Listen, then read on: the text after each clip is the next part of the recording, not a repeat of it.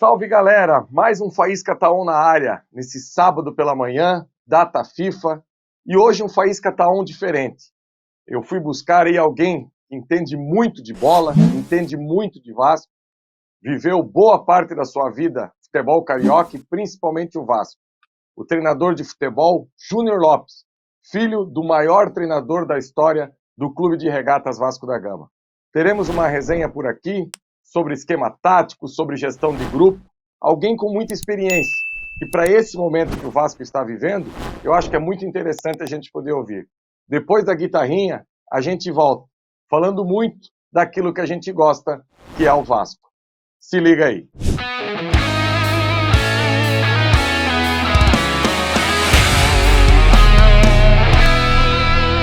Salve, Júnior Lopes, bom dia, um prazer ter você aqui conosco no Atenção Vascaínos, você que já participou de algumas lives, inclusive no nosso podcast aí na segunda-feira no estúdio, foi um dos pioneiros aí que esteve com a gente, com o Flávio Dias, com o Emerson Rocha, com o Bismarck, é sempre bom ter por aqui quem entende de bola, quem é do ramo. Eu tive essa ideia de fazer esse bate-papo hoje no Faísca Tá On com você, para trazer um pouco da sua experiência para esse momento que vive o Vasco aí no Campeonato Brasileiro, esse momento de pressão, e nós temos uma incógnita na mão. E você, ou como treinador, ou como auxiliar, com certeza já viveu esse momento também, que é a questão de inserir um craque na equipe que não está rendendo, que tem essa questão da adaptação, que tem tudo isso. E a gente não está falando especificamente aqui do Payet, não é nada que a gente vai falar do trabalho do Ramon Dias, porque a gente tem no São Paulo, por exemplo, o Rames Rodrigues, que também passa por esse momento, enfim, tentar trazer um pouco do seu conhecimento, o que você pensa sobre tudo isso. Primeiro dizer que é um prazer, agradecer seu tempo, e a gente vai hoje aqui, Júnior, trocar essa ideia sobre essa questão desses jogadores grandes, como inserir num trabalho que está rolando. Obrigado, Júnior. Oi, Jean, bom dia, um prazer aí falar com você, com o canal, sempre estarei à disposição aí quando chamado, e estamos prontos aí para ter um bate-papo, com certeza muito agradável. Então, Júnior, o que eu queria entender de você aí, o Júnior Lopes, que já trabalhou com grandes elencos, auxiliar de Vanderlei Luxemburgo, auxiliar de Mano Menezes, auxiliar de Antônio Lopes, trabalhou com grandes estrelas, e o Vasco hoje vive esse dilema, que trouxe aí o Payet, lotou o aeroporto, 5.000 pessoas, só que dentro de campo as coisas não estão acontecendo. E muito pela questão que o Ramon Dias não gosta de trabalhar muito com esse meia central, esse meia que trabalha entre linhas, que é o que a gente imagina, pelo menos eu, como o Payet pode trabalhar nessa equipe do Vasco. Como que você observa isso, Júnior? Um jogador de tão alto rendimento, que completa agora 2 meses que está aqui no Brasil, como que você acredita que tem que trabalhar um jogador desse para poder inserir numa equipe igual a do Vasco nesse momento de pressão? Porque uma coisa é você colocar um jogador numa equipe que disputa a parte de cima, que está no meio da tabela. A outra é você tentar iniciar um trabalho com um jogador desse, vivendo a pressão da zona do rebaixamento. Então, realmente é uma situação, em alguns momentos, complicada. O Payet, falando mais especificamente dele, né, do que nós vemos, do que nós percebemos, ele seria assim, um jogador para ser um segundo atacante por dentro, né, ali para ter o Verratti, para que o Verratti ele, né, o Verratti mais enfiado e ele rodando um pouquinho, talvez com 2 linhas de 4 por trás, mas o Ramon acabou encaixando o Vasco ali, quase que num 4-1-4-1, né, com um volante ali, com o Paulinho de um lado e o Praxedes do outro, e com 2 extremos abertos, né, o Rossi, o Marlon, às vezes o Peck, às vezes o próprio... o Marlon, né? O Marlon, às vezes ali aberto também. E acabou sobrando para o Payet ali aquele lado esquerdo, né? Então, eu penso nessas horas que realmente há uma expectativa muito grande, né? Em virtude dele ter sido a maior contratação do Vasco, dele ter sido... de ter vindo diante de uma grande expectativa, né, aquela chegada dele no aeroporto, que foi uma coisa muito bonita, né, que a torcida do Vasco fez. Mas o Ramon é experiente e eu acho que aos pouquinhos ele vai colocando. Eu acho que o craque, né, mesmo sendo um craque, não pode ficar acima da instituição, né? Eu acho que o mais importante A equipe do Vasco tem encaixado sem ele e tem que realmente se adaptar aos poucos, tem que realmente tentar colocar ele ali do lado esquerdo. O Ramon acabou colocando ele em 2 jogos de início, né, contra o América e contra o Coritiba, que ele não foi tão bem, mas apesar de não ter ido tão bem, o Vasco ganhou os 2 jogos, né? Então criou-se essa expectativa exagerada, né? Mas eu penso que, acima de tudo, tem que estar o bem-estar do coletivo, tem que estar o bem-estar da equipe, né? E se tiver que deixar ele no banco mais tempo, se a equipe estiver rendendo sem ele mais tempo, eu acho que ele realmente tem que ir entrando aos poucos, né? E tornar uma coisa natural a entrada dele, né? Naquele momento, eu costumo dizer, quando há alguns acontecimentos dessa forma, né? Lógico que, de repente, não num grande jogador como o Payet, mas até em jogadores de um nível menor, né? Eu costumo dizer que o jogador ele tem que sentir aquele gostinho de quero mais, né? A torcida tem que sentir aquele gostinho de quero mais do atleta, né? Tem que estar pedindo ele tem que estar entrando nos jogos e estar resolvendo. E não foi isso ainda que aconteceu com o Payet, né? O Payet entrou em alguns jogos, demonstrou, teve lampejos, né? Vamos dizer assim, mas ainda não teve aquela atuação consistente, aquela atuação que a torcida perceba que já está na obrigatoriedade dele de ser titular, né? Eu acho que a coisa está vindo muito mais pelo passado dele, né, do que pelo momento. Eu acho que no momento ele já demonstrou lampejos, né? Já demonstrou que é um jogador muito talentoso, mas na minha concepção eu acho que ainda não é o momento dele começar jogando. Eu acho que esses 2 jogos foram até contra 2 equipes teoricamente, vamos dizer assim, com todo respeito, né? Mas que estão abaixo na tabela, né? Teoricamente um pouquinho mais fracas, né? Então acho que foi até uma boa ideia do Ramon de ter colocado ele.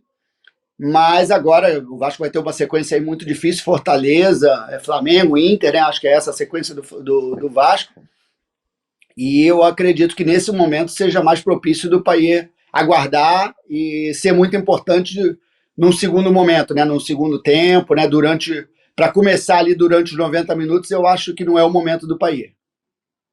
Até para o início aqui da fala do Júnior, eu gosto de usar, Júnior, não era muito adepto do teu pai não era famoso com a prancheta, pelo menos na frente das câmeras, né? Mais o Joel é que adorava a prancheta, e eu sempre falo que esse posicionamento, por exemplo, do Vasco 4-1-4-1 que você falou, é aqui, Verratti, aí Prachedes, Paulinho, Marlon Gomes, Rossi pela direita, e o Zé Gabriel aqui, e a linha de 4 aqui. Só que, para o Vasco poder atuar aqui, eu também imagino que teria que desmanchar, fazer o 4-2-3-1, 2 volantes, sacar o Praxedes da equipe, colocar Zé Gabriel e Paulinho, aí você colocar um extrema pela direita, um extrema pela esquerda, e fazer do Payet esse jogador aqui para jogar entre linhas, o adversário sempre com 2 linhas de 4, né, marcando, encostar 6 segundo atacante aqui atrás do Verratti, por quê? Quando o Vasco tiver sem a bola, né, Júnior?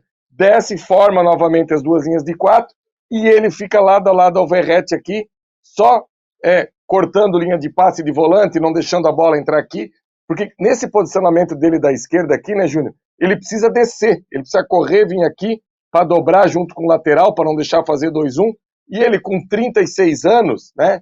E assim, não está no esplendor da sua forma física, eu vejo que ele sofre muito para fazer esse movimento aqui. Aliás, contra o Coritiba, quando ele fez isso, eu não sei se o Júnior lembra, ele levou uma caneta lá no lado do campo, depois fez uma falta na entrada da área. Eu acho que ele nem está habituado a fazer esse tipo de coisa, sabe? Ele pegar e voltar lá atrás e competir tanto. Então eu acho que se conseguir preservar ele numa faixa de campo aí, de uns 20 metros ali, entre a meia-lua e o grande círculo, eu acho que melhora bastante para o futebol dele também poder render um pouquinho mais. Eu acho que é mais ou menos isso que você pensa também, né? Pô, se eu soubesse, eu tinha trazido a prancheta aqui também, pô. Aí, ó. Não, você explicou exatamente o que eu penso. Exatamente o que eu penso. Eu acho que o Ramon acabou colocando ele ali por fora, porque o Vasco já estava encaixado dessa forma, né? E ele não quis mudar na estrutura tática da equipe. Mas realmente o melhor posicionamento é esse, como eu mesmo falei não sei se eu me expressei, se eu me fiz entender, né, quando eu me expressei, mas era justamente isso, com o quadrinho fica mais fácil, com a prancheta fica mais fácil, e eu penso exatamente como você explanou aí. Eu acho que o posicionamento ideal para ele seria esse 4-2-3-1 ou um 4-4-2, né? ele voltando ali, cortando uma linha de passe, ele e o Veguete pode até vir, né, na mesma linha dele, né, ali à frente das duas linhas de quatro, sem problema algum. Eu acho que seria realmente a melhor função para ele. E quando o Vasco tivesse a posse de bola, né, ele viria participar da construção, até mesmo entrando ali você faz um tripé, né? O Vasco recuperou a posse de bola, né? Você faz o Zé Gabriel, vamos dizer, faz o Paulinho pelo lado direito, e aí ele poderia sair lá do lado do Veguete, né? E vir entrar aqui nesse triângulo aqui na zona de construção, Perfeito. né? Acho que poderia fazer isso também. E em alguns momentos, quando ele estivesse mais cansado, deixar ele mais solto um pouquinho, né? E ele saindo ali, em vez de vir entrar aqui no triângulo, aqui na zona de construção, ele saindo aqui para as costas do lateral direito adversário, que é o lado que ele gosta mais realmente ali, é o lado esquerdo, né? Eu acho que realmente esse é o principal, é a melhor movimentação para ele, né? A melhor postura para ele, mas acabou criando esse dilema na cabeça do Ramon, com certeza, né? Já que o time havia acertado, né, sem ele de uma outra forma, né? Então, eu até entendo a ideia do Ramon, né? Ele tentou adaptar ele como o time vinha jogando bem da forma. O Vasco começou a jogar bem, começou a colocar ponto na tabela, então não tinha por que desmanchar esse tripé de volantes aí, né? Exato. Que ele tinha feito ali com o Zé Gabriel, o Praxedes e o Paulinho, sabe? Então, exato. E assim, né, Júnior, você já está no meio do futebol aí, apesar de ser jovem, há décadas, né? E às vezes os torcedores não entendem que, assim, houve uma mudança significativa do futebol da década de 80, 90 para cá. Por exemplo, quando a gente entra nesse debate, muita gente pode chegar e falar assim, mas tem mais 10 para correr, o jogador pode segurar um pouquinho, os outros fazem o papel dele. Hoje não dá mais para fazer isso. Hoje, taticamente, todo mundo tem que ajudar. Aquela história do cara que, com a bola vai definir, ele decide, deixa ele lá, porque se ele não vier pelo menos por dentro ali, para ficar ao lado do Verratti, para sustentar um pouquinho, o adversário já acha aquele espaço e já vem te atropelando. Então, assim, você que tem o curso da CBF Pro, aliás, é outra coisa que eu não entendo, inclusive as pessoas da imprensa também, eu vejo muita gente desdenhando da literatura do futebol brasileiro hoje com o curso da CBF. Eu fico imaginando assim, bom, a gente ficou há anos sem colocar nada no papel, sem ter uma literatura, sem ter uma graduação. E agora que a gente conseguiu, tem muita gente que desdenha disso. Mas eu vejo muita gente que não quer buscar o novo, que tem medo do novo. Então, assim, eu acho que isso lá também, você que tem o curso, fica bem claro, essa mudança que o futebol teve das últimas décadas para cá. Sim, essa questão do curso da CBF é uma questão muito ampla de discussão e é uma discussão bem bacana. Eu vejo que o Brasil realmente está evoluindo nesses conceitos táticos, né? O Brasil vem procurando, através dos seus treinadores, né? Vem procurando evoluir. O curso da CBF é uma coisa muito recente, né? Começou, na verdade, a CBF Academy começou, se eu não me engano, em 2009, quer dizer, pouco mais de 10 anos. Não foi fácil para ela se estruturar, teve muita resistência também, de todos os setores, né? De todos os setores de jogadores, de imprensa, de mídia, até mesmo de alguns treinadores. E eu acho que vai acabar alcançando um equilíbrio, né? Eu vejo de uma forma, isso aí é gostoso de se falar até, mas é uma discussão que levaria 10 programas, né? Eu vejo assim, eu vim da ciência, né? Eu só joguei futebol até sub-17, sub-18, né? Não cheguei regional e fiz faculdade, me formei em educação física, fiz um ano de treinador assim que eu me formei em educação física, lá em 1996. Ainda era o curso da UFRJ, né? E depois também, pela ciência, já trabalhando no futebol, eu me formei em fisioterapia, sou fisioterapeuta formado. Depois, quando começaram os cursos das licenças, eu fiz todas, né? Já sou graduado até a PRO, que é a máxima, né? E eu me considero que eu vim da ciência, mas assim, eu sempre levei uma vantagem, até pela minha vida pregressa, né? De ter uma pessoa do futebol na minha família, né? Eu vivi o futebol muito cedo, desde 5, 6 anos de idade. E quando eu falo vivi futebol, não é futebol de arquibancada, né? É futebol ali, de vestiário, de estar junto ali. Eu cresci, com o Roberto, com o Romário, com o Zico, com o Renato Gaúcho, Bebeto, treinadores como Zagallo, Parreira, Evaristo, eu conhecia, batia papo normal, né? Então foi uma coisa muito natural para mim também. E assim, o que eu via? Havia, de uma certa forma, aquela coisa do ex-jogador de futebol e do treinador que veio da ciência, da faculdade, né? Havia essa resistência, né? Aquela coisa do ex-jogador deixar um pouquinho o pessoal da ciência de lado e tal, e foi se criando algumas rivalidades desnecessárias. E quando veio essa questão do estudo, né, que entrou muito forte ali a partir justamente dessa época, 2010, 2011, começou a vir de Portugal principalmente ali, aquela Mourinho, periodização tática, aquela coisa toda, né? Esse pessoal veio muito forte com a ciência e, por acaso, ali logo depois, em 2014, teve a questão do 7-1, né, que foi um marco realmente na história do futebol brasileiro, de uma forma negativa, mas que acabou desencadeando todo um processo. E aí o pessoal da ciência, o pessoal veio, eu costumo dizer assim, veio meio que metendo o pé na porta, né? Veio meio que tirando todo mundo, e isso não era só dos treinadores, né? Da mídia também, veio tirando todo mundo do pessoal, veio taxando de desatualizado, de atrasado, dessas coisas todas, e eu acho que passou um pouquinho do ponto. Eu acho que o meio termo é sempre o melhor caminho, o equilíbrio é sempre o melhor caminho, né? Então eu vejo a ciência como uma questão muito importante, né? Como eu falei, eu vim da ciência, mas a gente não pode desprezar o pessoal que tem aquela vivência muito forte do campo, que tem a experiência, né? Eu me considero um pouco também desse jeito, apesar de eu não ter sido jogador profissional, como eu falei, mas eu tenho essa vivência desde muito cedo, desde garoto. Então eu acho que o equilíbrio é tudo, né? A ciência também sozinha ela não resolve. Eu acho que o futebol, ele de certa forma, e muitas vezes ele é empírico também, né? O empirismo no futebol, de certa forma, é importante. A criatividade do atleta, né? Você precisa desenvolver isso, né? Não ficar uma coisa mecânica, uma coisa robotizada, né? Então eu acho que o Brasil está chegando num caminho certo, eu acho que já está tendo esse equilíbrio, as pessoas estão respeitando os dois lados, a ciência ela vai ter sempre o seu valor, né? E o ex-jogador, né, o ex-atleta, né, o empirismo, ele também tem o seu valor de certa forma, né? Então eu acho que tem que se dar valor às duas partes. Eu vejo muito dessa forma, né? Eu acho que tudo pode no futebol, mas tudo tem o seu momento de ser aplicado, né? Nada é proibido no futebol, mas tudo tem o seu momento de ser aplicado. Não, e o grande profissional, complementando. E o grande profissional, eu acho que cada vez mais vai ser aquele que souber esses times, né? Tiver os feelings para saber o momento da ciência, para misturar com o empirismo, para misturar com a criatividade. Eu acho que o grande profissional vai se diferenciar cada vez mais o cara que tiver esse dom.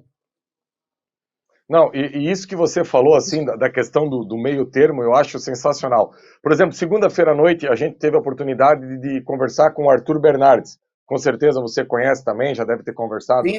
muito com ele. E ele com 68 anos falando que está aprendendo física quântica para empregar no futebol. Então, assim, como é legal você ver alguém que não quer só clichê, sabe? Aquele papo chato de clichê, que o futebol é muito mais que clichê hoje, sabe? É muito mais que isso. Então é isso que você falou. Não dá nunca para você... O Bismarck esses dias, Júnior, a gente estava fazendo uma live aqui e o Figueiredo perdeu 2 gols, né? Naquele jogo. E o Bismarck, ele fez uma leitura que eu, como não joguei bola igual você, fui só até juvenil, júnior e parei porque eu vi que não dava mais que isso. Ele fez uma leitura do lance do Figueiredo que eu fiquei analisando assim, poxa, isso só quem teve lá dentro num nível legal para perceber. Era um cruzamento que a bola veio daqui, aí ele falou, era só o Figueiredo ter acompanhado, o Bismarck até fez um movimento na live, não tinha que ter virado a cabeça. E o outro cruzamento que foi da direita, o Figueiredo cabeceou reto. Esse ele era para ter acompanhado a bola. Ou seja, essa experiência de que quem está lá dentro, a ciência não vai ter. Ninguém que é só ciências que não jogou, não tem essa ideia da tomada de decisão lá dentro. Agora, para fazer chegar essa bola na cabeça do Figueiredo, talvez muita gente que estudou futebol consiga essa ferramenta, né? Então é muito, muito legal isso. Mas voltando um pouquinho aqui, eu quero pegar um gancho e eu tenho certeza que em 97 no Brasileiro, 95, 96, eu sei que você sai do Botafogo e vai para o Vasco, que tem aquela história do Felipe, que você indica para o seu pai. Mas em 97, você está trabalhando no Vasco com o seu pai ou não? No ano do Brasileiro? Sim, eu era auxiliar do Sub-20, do Jailson, né? E o Tá. Jailson era o treinador do Sub-20. Aliás, o Jailson é uma pessoa que, assim, nesse processo todo, muito pouca gente fala, foi um cara fundamental ali naqueles anos. Era o treinador do Sub-20, Jailson Guimarães, que foi jogador do Vasco, campeão brasileiro em 1974, e era o treinador do Sub-20 naquela época ali, acho que ficou uns 5 anos ali como treinador do Sub-20. Pô, Eu era legal. auxiliar dele, era um cara ali fundamental nessa transição ali do futebol amador para o profissional, né? E pouca gente fala desse nome. Era um cara também é isso que eu falei, era um cara aí jogador de uma sensibilidade muito grande, que enxergava muito, que tinha um conhecimento muito grande ali. E eu trabalhava com ele, eu era quase que um auxiliar do profissional também, né? Porque eu vivia o vestiário 97, direto 97, 98, É, 99, 2000. Eu estava ali, eu me lembro, né, bem que, no caso, o Antônio Lopes, né, meu pai gostava muito de assistir os jogos em cima, né? Eu que fazia as ligações e tal. O celular era um pô, tijolão danado, grandão naquela época, né? E eu que que fazia as legal. ligações e tal, passava ali a ligação entre ele e o Alcir, né? Então participava muito ali, vivenciei tudo ali, os vestiários todos no intervalo eu descia, no fim do jogo eu descia, nas preleções eu ia pro hotel também, assistia sempre tudo, né? Então eu era quase que um auxiliar ali. Tem a história do Felipe, tem a história do Fabiano Heller também, o Fabiano Heller também, outro dia eu falei com o Fabiano Heller, que eu não falava há um tempão, ele falou para mim, ele falou, pô, eu conto para todo mundo que você que me indicou pro seu pai e tal. Então, assim, eu vivenciei muita coisa ali dentro que foi muito bacana, que eu era auxiliar do 20, mas eu era quase que um segundo auxiliar ali, depois do auxílio. Entendi. Eu perguntei de 97, sabe por quê? Porque 97, por exemplo, tem um time que meio que é moldado para jogar pro Edmundo, né? Por exemplo, assim, a gente viu o teu pai fazer do Evair algo que lá atrás alguém fez com o Roberto, que é sair de dentro da área para abrir espaço e ficar. Pô, o primeiro gol do 4-1 daquele quadrangular contra o Flamengo, aquilo ali é coisa de cinema. O tapa de primeira com o Evair devolve para o Edmundo para parar na cara do gol e driblar o Klemer. Fica muito claro que aquilo ali é criado, que aquilo ali. Mas assim, Sim. onde que eu quero chegar? É que quando você tem um jogador no esplendor que estava o Edmundo em 97, que era uma máquina, por exemplo, eu vi ele ao vivo aqui em Curitiba, o Vasco ganhou o jogo aqui, ele fez 3 gols naquele brasileiro, 3-1. ele parecia que ele estava de moto e os outros O jogadores Reginaldo estavam de Nascimento, o bicicleta. Reginaldo Nascimento tentou derrubar ele 2 vezes no terceiro gol e não conseguiu. Perfeito, Eu perfeito. Não, trabalhei com o era um Reginaldo negócio absurdo. depois do Curitiba, eu brincava com ele pra caramba em relação a esse gol. Não, teve um gol que chutaram uma falta no gol, ele saiu correndo, bateu na cabeça dele e foi para dentro do gol a bola, lembra? Era um negócio Isso. assim, absurdo, ele estava acima. Só que assim, aí muita gente usa esse exemplo para querer encaixar jogadores no futebol de hoje, como era. Só que assim, não é o caso, por exemplo, do Rames Rodrigues no São Paulo. Não é o caso do Payet no Vasco. Não são jogadores que estão na plenitude, que dá para você ficar criando mecanismos para eles aparecer e jogar. Isso é quase com suicídio fazer isso hoje. Então você tem que entender o movimento, o momento e ir fazendo aos poucos. Como você falou, você me deu até o gancho do título da live. Naturalidade. Tem que ser um processo natural, o Payet, e não um processo forçado. A partir da Exatamente. hora que ele vai demonstrando dentro de campo que ele tem a possibilidade de ter mais minutagem, ninguém vai deixar ele fora do campo. Todo mundo tem essa noção. Então eu queria que você falasse, que você vivenciou ali, como que é montar uma equipe como era possível lá na década de 90 para um jogador poder desempenhar o seu futebol. Não, muito legal esse paradoxo, né? Essa junção.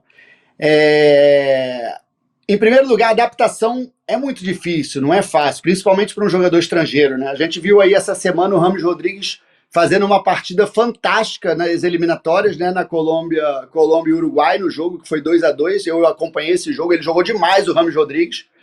E os jogos que ele fez no São Paulo não foi bem ainda. É normal, é natural o cara chegar, se adaptar, demora. O Ramos Rodrigues também está na reserva lá um tempão, né? Porque o São Paulo acabou ganhando o título e não chamou tanto atenção, né? O próprio Pato, né? Que é brasileiro, mas não jogava um tempão, estava parado há muito tempo, também teve poucas oportunidades.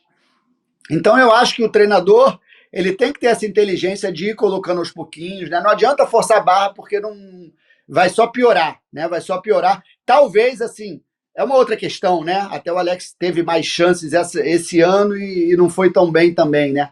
Mas foi uma coisa que eu vi ano passado acontecer com o Alex Teixeira. Foi uma forçação de barra ali, se colocou muito rápido ele na equipe, ele não foi bem, né? Então o treinador tem que ter a paciência, não pode entrar na pilha de torcida, de mídia, né? Ele tem que ter essa tranquilidade e saber o momento de botar aos poucos, né? Então o Dorival está tendo essa tranquilidade com o Rames. Você vê, o Rames está em condições de jogar. Ele fez um jogo fantástico aí, né? Um jogo de alto nível, né? Colômbia e Uruguai, que foi 2-2, e a reserva no São Paulo. Né? E o São Paulo também foi a maior contratação do São Paulo, também, junto com o Lucas, né? E o Lucas, ao contrário, o Dorival sentiu que estava bem, que já estava adaptado numa outra situação, entrou e foi muito bem. E o Payet está mais ou menos nessa condição do Rames Rodrigues, né? É um jogador europeu, né? Que é diferente do sul-americano também. Argentino, tem a questão da Uruguai, língua. Né? Mal ou bem tem uma noção maior ali do Brasil, né? Por ser sul-americano, né? Um jogador europeu a adaptação normalmente vai custar mais um pouco, né? Ele é um jogador francês, né? Que é outra cultura. Então tem que ter essa paciência também. E levando lá para os anos 90, né? Como você falou, comparando, fazendo só algumas observações, que esses papos são muito gostosos, né? Esse jogo do Vasco Coritiba foi o jogo que eu até falei do Fabiano Heller aí, que ele acabou fazendo a estreia nesse jogo, a estreia do Fabiano Heller no Vasco, e esse jogo ele entra de lateral esquerdo, que o Felipe estava suspenso. E aí o Vasco ganha de 3-1 do Coritiba, como você falou, 3 gols do Edmundo, né? Um gol de cabeça que o Juninho bate a falta, ele bota a cabeça, e um outro que o Vasco estava 2-1, o Vasco tomando um sufocozinho do Coritiba, aí o Luizinho faz um lançamento para ele arranca, o Reginaldo Nascimento tenta derrubar ele 2 vezes e não consegue. Ele estava num momento iluminado, um momento de muita força, né? Aí foi o que eu falei. Anos depois eu trabalhei com o Reginaldo Nascimento no Coritiba, 2004, 2005, e eu brincava sempre com esse lance dele, né? E ele falou, pô, professor, o homem estava muito forte, eu tentei realmente fazer a falta dele 2 vezes e não consegui. E ali aquele time também, o que acontece? Falando do Edmundo, falando da formação da equipe, né? Do elenco. Muita gente fala só naquele time, né? Era uma máquina e tal, mas não foi bem assim, né? A formação ali foi difícil. Em 96, quando o Antônio Lopes entrou, né? O Vasco estava para cair no Campeonato Brasileiro de 96. Sim. Faltavam 6 jogos e o Vasco tinha que ganhar 3. E conseguiu ganhar os 3 para não ser rebaixado. Conseguiu ganhar os 3 e fugiu do rebaixamento em 96. E em 97, quando começou o Campeonato Brasileiro, né? Primeiro foi o Campeonato Carioca. O Vasco estava totalmente sem dinheiro, estava mal, puxou a garotada toda um pouco por necessidade também, e o Antônio Lopes era um cara, pô, é o maior revelador de jovens aí no Brasil, não só no Vasco, como em outros tantos times, né? Fora do Vasco também, Miranda, Rafinha, Dene, Leonardo, e no Vasco uma série, né? Romário, Edmundo, Mazinho, um monte, né? Felipe depois. E aí o que aconteceu? Na virada de 96 para 97, bota aquela garotada toda, o Vasco perde o título estadual para o Botafogo, mas começa já a ter uma sequência boa, né? Começa a ir bem, mas quando começou o Brasileiro, ninguém apontava o Vasco como favorito ao Brasileiro. Tinham vários outros times apontados e ninguém apontava o Vasco. O Vasco foi crescendo durante a competição, aí o Vasco trouxe ali, né? Era uma molecada, tinha o Edmundo, Luizinho e Germano, eram os 3 mais experientes. E aí o Vasco, o Lopes, o Eurico, o Isaías, né, eles achavam que o time tinha que ganhar um pouquinho mais de experiência. Trouxe o Mauro Galvão, que virou o capitão e tal, mas era reserva do Grêmio, veio de graça, né, veio só com o salário. A zaga do Grêmio era Dilson e Rivarola, o Mauro Galvão era reserva no Grêmio. Trouxe o Evair do Atlético Mineiro, que tinha ido muito mal no primeiro semestre, ele tinha voltado da Itália, tinha feito contrato de 1 ano com o Atlético Mineiro e o Atlético Mineiro cedeu ele porque ele não foi bem no primeiro semestre. Essa questão da adaptação também, ele estava vindo da Europa, né? Que a gente está falando de adaptação. E trouxe o Valber, que o Tele tinha mandado embora do São Paulo por indisciplina. Então não foi assim uma formação tão fácil. Contratou um monte, não. Pelo contrário. Foi uma formação com pouco dinheiro, que a molecada foi encaixando, que aí você pega o time do Vasco, normalmente ali, o time campeão brasileiro, se a gente citar aqui, do goleiro até o ponto esquerda, como se falava antigamente, né? Hoje você vê grandes jogadores, Juninho, Ramon, Felipe, Edmundo, Evair e tal, mas na época, Juninho e Ramon não eram o que se tornaram depois, eram jovens que ainda estavam se afirmando. Perfeito. O Felipe estava subindo do sub-20, né? O Odivan era um zagueiro vindo do Madureira, do americano, o Nasa era um volante vindo do Madureira. Então a coisa teve muito trabalho ali, teve muita coisa até chegar ali e os atletas se tornarem grandiosos ali daquela forma, né? Em relação à questão da posição que você falou, o time jogava para o Edmundo, né? Realmente aconteceu isso, e foi difícil. O Edmundo nunca quis fazer isso. Se você pegar a carreira do Edmundo, o Edmundo sempre foi um cara, um segundo atacante, um meia, né? Ele mesmo não gostava de jogar enfiado.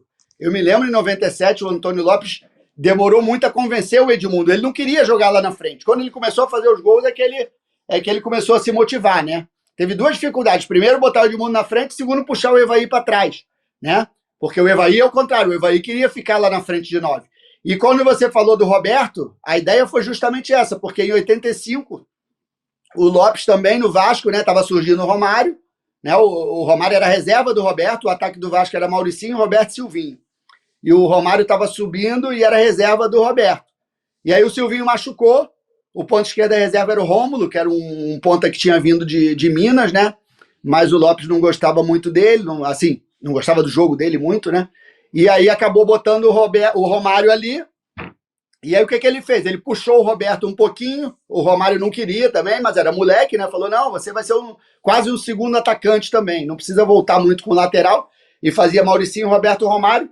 E aí o meio era Vitor, né? O primeiro volante. Aí fez o losango aqui com o Gersinho ou o Giovani pelo lado direito e o Mazinho pelo lado esquerdo. E o Mazinho é que voltava ali na função do Romário, né? E o Roberto ficava aqui na frente dos três. Então foi justamente isso. A ideia do Evaí realmente veio pela ideia lá do Romário, do Roberto, que deu certo ali na década de 80, né? Então foi o meu pai que fez as duas vezes, né? Uma com o Roberto, outra com o Evaí, né?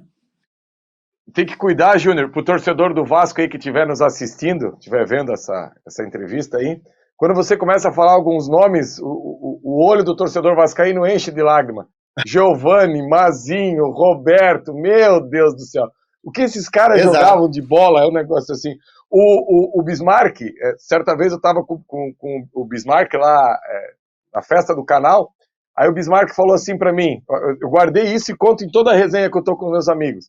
Ele falou assim, eu tinha um zagueiro no meu time, o Donato, que eu estava jogando Vasco e Flamengo no Maracanã, a bola subia, ele matava no peito e saía jogando no meio de Zico, Bebeto e Renato Gaúcho. O Donato matava o Fernando no peito. Também. Aí, isso. Aí o Bismarck fala assim, tá, se o meu zagueiro tá fazendo isso, meu Deus, o que eu vou ter que fazer aqui? Eu vou ter que fazer algo de extraordinário aqui. Porque o meu zagueiro já faz isso no meio desses caras, sabe? Então, assim, tanto que o Donato depois vira o 10 da seleção da Espanha, né? É uma coisa maluca isso. É um cara que era um zagueiro que foi jogar com a 10 na seleção da Espanha. Então, a qualidade que tinha esses caras... E eu imagino você que viveu tudo isso, toda essa história aí, meu Deus, como deve ser bacana e ter essa ideia para contar. E quando você fala do Evair, eu tenho um amigo meu que foi ex-jogador de futebol profissional, hoje é treinador de futebol profissional, o Fabinho Santos. Ele jogou com o Evair em 2001 no Coritiba. E ele sempre fala que o Evair foi o jogador mais espetacular que ele teve ao lado dele, assim. Porque ele tinha medo de passar... Isso, pronto, você já matou a charada. Ele disse que ele tinha medo, porque ele tocava a bola pro Evair, ele era um ponta esquerda, ou um ala esquerda, o Fabinho. E ele tinha medo porque o Evair ia criar uma oportunidade para ele que ele não ia saber se ele ia conseguir aproveitar. Porque era tão simples pro Evair jogar bola, ele estava tão na frente dos demais que estavam jogando, que ele se assustou com a inteligência do Evair. E é bem isso que você falou agora. Você citou até o passe do Evair ali naquele 4x1 pro Edmundo, né? Aquele passe é fantástico também. Vão 3 zagueiros no Evair, né? E ele de primeira, só solta no Edmundo, o Edmundo com o arranque que tinha, ninguém pega mais ele, né?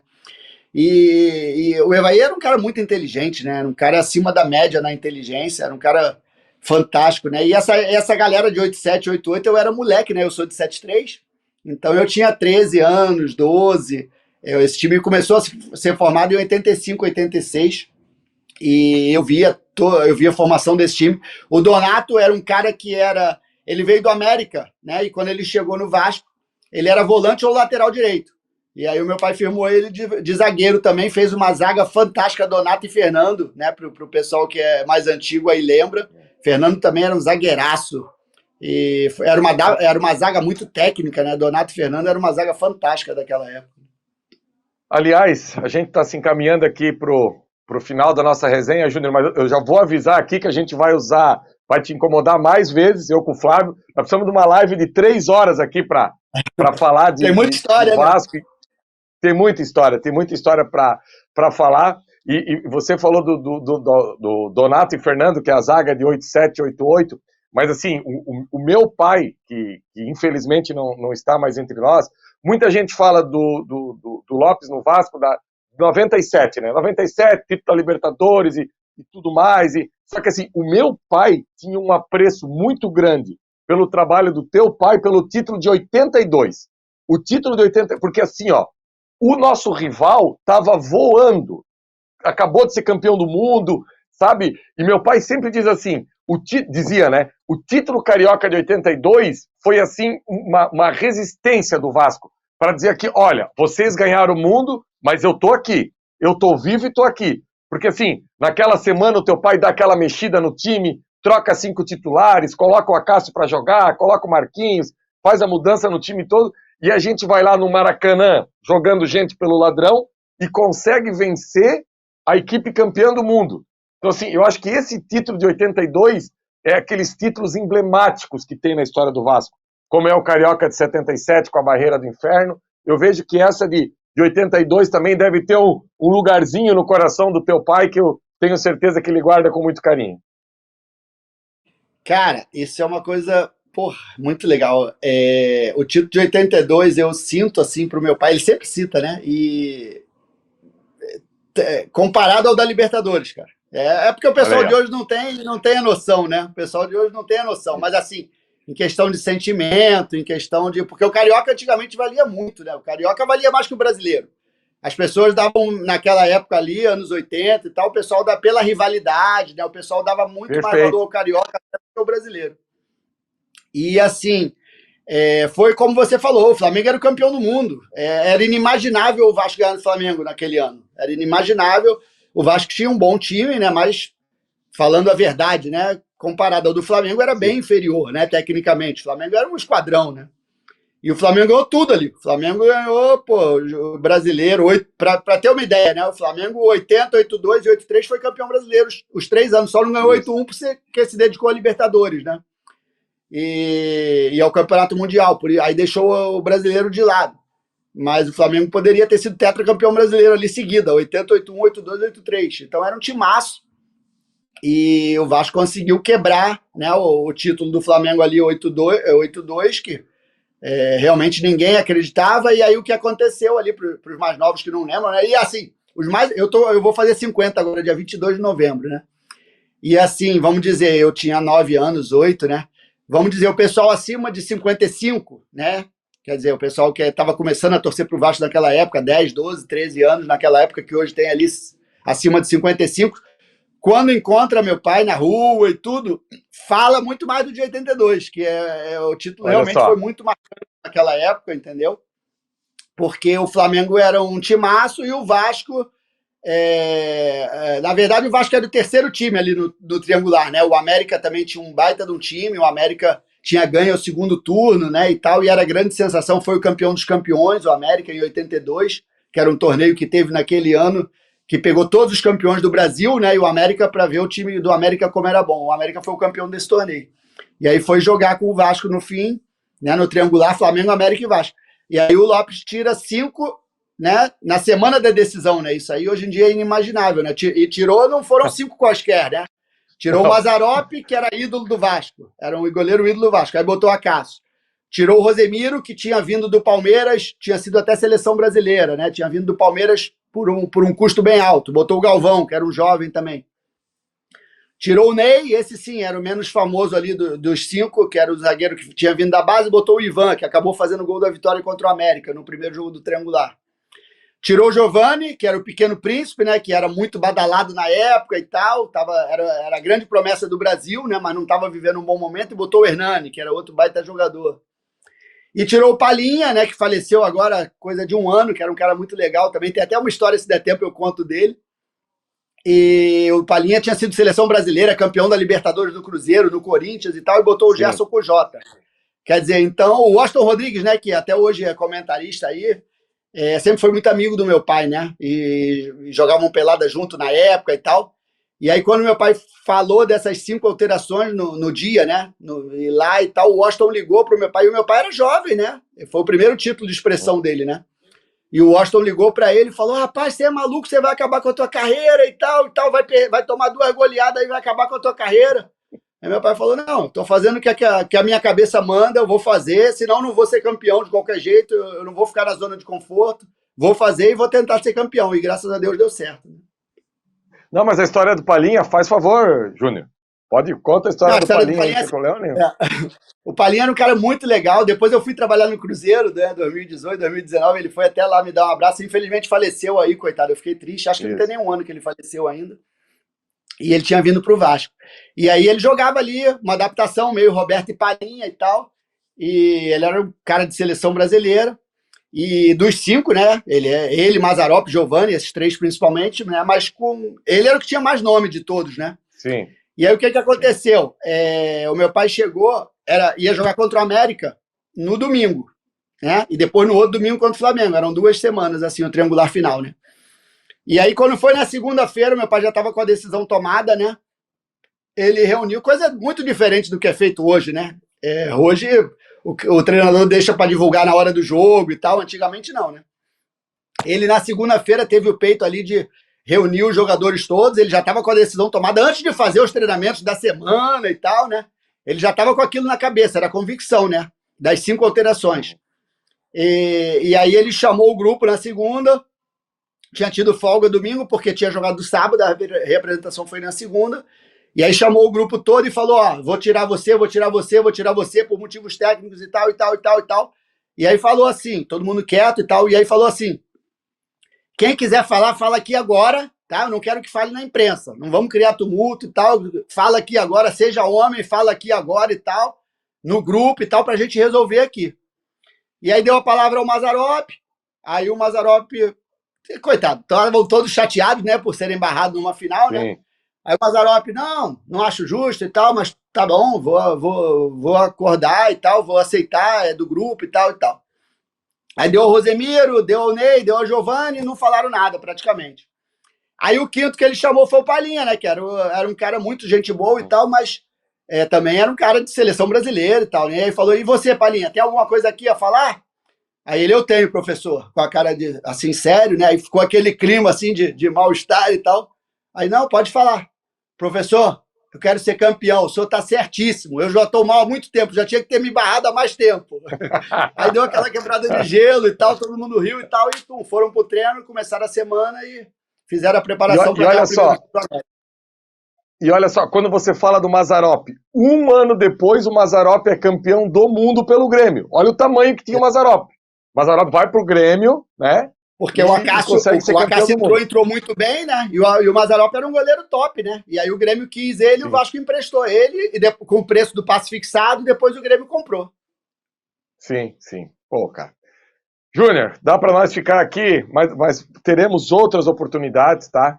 Eu tenho certeza que logo você está de volta aí também para o cenário, deixando claro que o Júnior Lopes hoje é técnico. Eu posso falar de cadeira aqui, porque o último trabalho dele foi aqui no meu estado, na equipe do Camboriú. Chegou já na reta final do estadual, o Camboriú estava numa terra quase que arrasada, quase que escapou, ficou para o Campeonato Brasileiro da Série D, aí por razões extras saiu, mas assim, encaminhou a classificação do Camboriú, montou a base, o Camboriú foi até o segundo mata-mata da Série D, quase deu uma beliscada lá em cima, e assim, nada de estrutura, a gente sabe como é que é. Esse ano no Carioca estava no Angra, fez bons jogos, enfim, é um cara que precisa estar no meio, e a gente tem certeza que logo vai estar no meio aí também. E a resenha aqui, o Atenção Vascaíno, Júnior, sempre aberto. Conversei com o Flávio, e o Flávio disse: cara, é alguém que a gente precisa trazer de vez em quando, e sempre tem esse misto, sabe? Não só coisas do passado, também trazer coisas da atualidade, para a gente poder ter esse entendimento, que nem hoje, como colocar o Paiê nessa equipe do Vasco, foi muito legal. Eu só tenho que te agradecer, Júnior, e a gente ouve direto, que hoje o que você mais agradece quando uma pessoa destina a você não é dinheiro, não é nada, é o tempo. Então eu queria agradecer o tempo que você destinou a gente aqui no canal Atenção Vascaínos. Não, foi um prazer. realmente esse ano tive 2 trabalhos bem bacanas, né? No Angra Audax aqui do estadual, fizemos uma campanha muito legal, né? Fomos vice-campeões aqui da Taça Rio, depois tive a oportunidade de ir para o Camboriú, e também outra campanha bastante legal, quase classificamos aí para a Série C, né? E agora estamos em conversa aí, com certeza daqui a pouquinho aí vamos ter novidade profissional e daqui a pouco a gente começa aí os preparativos para o estadual, né? E é sempre um prazer estar com vocês, estar contigo, Jean, que é um prazer, e com o canal aí do Atenção Vascaínos, essa rapaziada bacana, o Flávio, Emerson, Bismarck, né? Todos que eu tenho um imenso prazer em estar com vocês sempre que solicitarem, estarei à disposição.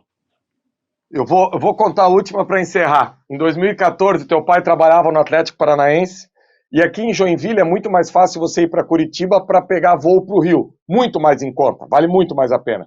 E eu fui até Curitiba, aniversário de casamento, para assistir um Vasco e Flamengo no Maracanã. E eu chego no aeroporto, entro no avião, Antônio Lopes, 2 cadeiras na minha frente. E naquela época eu não trabalhava com a imprensa do Rio de Janeiro, não, nada disso, né? Um completo desconhecido. Eu fui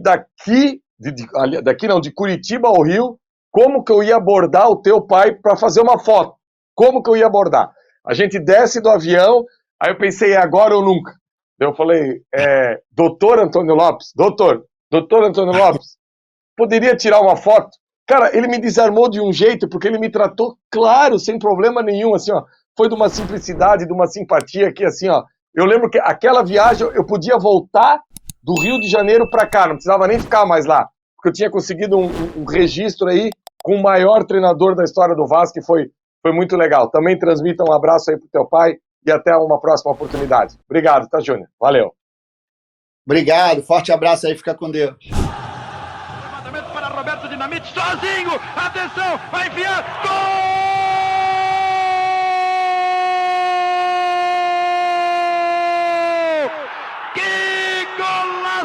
Maravilhoso do moço que mora em Caxias!